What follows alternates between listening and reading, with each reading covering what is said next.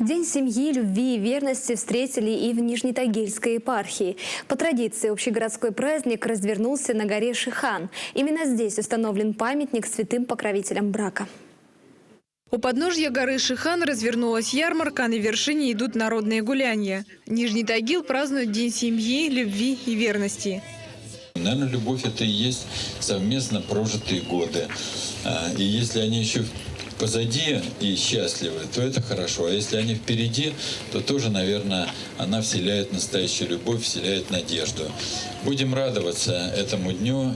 Тагильскую гору Шихан в народе называют семейной. Несколько лет назад здесь появился памятник благоверным Петру и Февронии Муромским, покровителям христианского брака. С тех пор Нижнетагильская епархия вместе с администрацией города проводит здесь церковно-светский праздник День семьи, любви и верности. В каждой семье, мне кажется, должно быть много детишек, потому что город Нижний Тагил, он развивается, он живет. И, наверное, чтобы он по-настоящему расцвел и жил, конечно же, мы должны с вами переступить ту черту, когда все-таки мы начнем прирастать, а не стоять на месте. Сегодня на горе чествуют уже заслуженных супругов. Им вручаются федеральные награды, медали за любовь и верность. Все эти семейные пары, прожившие более 50 лет вместе, для многих пример крепости отношений, благополучия семьи и воспитания детей, достойных членов российского общества. Вот супруги – это такая этимология этого слова особенно. Супруги, то есть люди, запряженные в одну упряжку. А по примеру, вот знаете, были такие вот валы тащат воз, и у них запряжены они в одно ермо такое. Вот это как раз и есть смысл нашего супружества – донести эти венцы до Царствия Небесного. Супруги с опытом дают напутствие молодым. На праздник пришли семьи, которым еще и недели не исполнилось.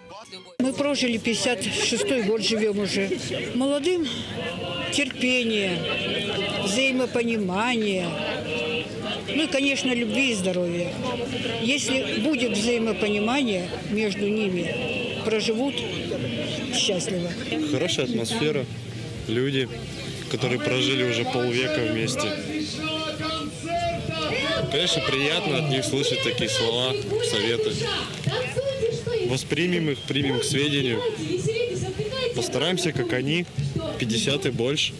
Еще одним подарком для тагильчан, пожалуй, главным и самым значимым, стало принесение в епархиальную столицу иконы и ковчега с частицей мощей Петра и Февронии Муромских. Святыни прибыли в Тагил из Владимирской епархии. При большом стечении духовенства и паломников епископ Нижнетагильский Серовский Иннокентий возглавил богослужение на улице у стен Скорбященского монастыря. Маяки – это образец, образец семейной жизни, да. Верности друг другу, чистоты в браке, любви. В общем, самое главное для нас – это наша семья, наши дети и будущее наших детей.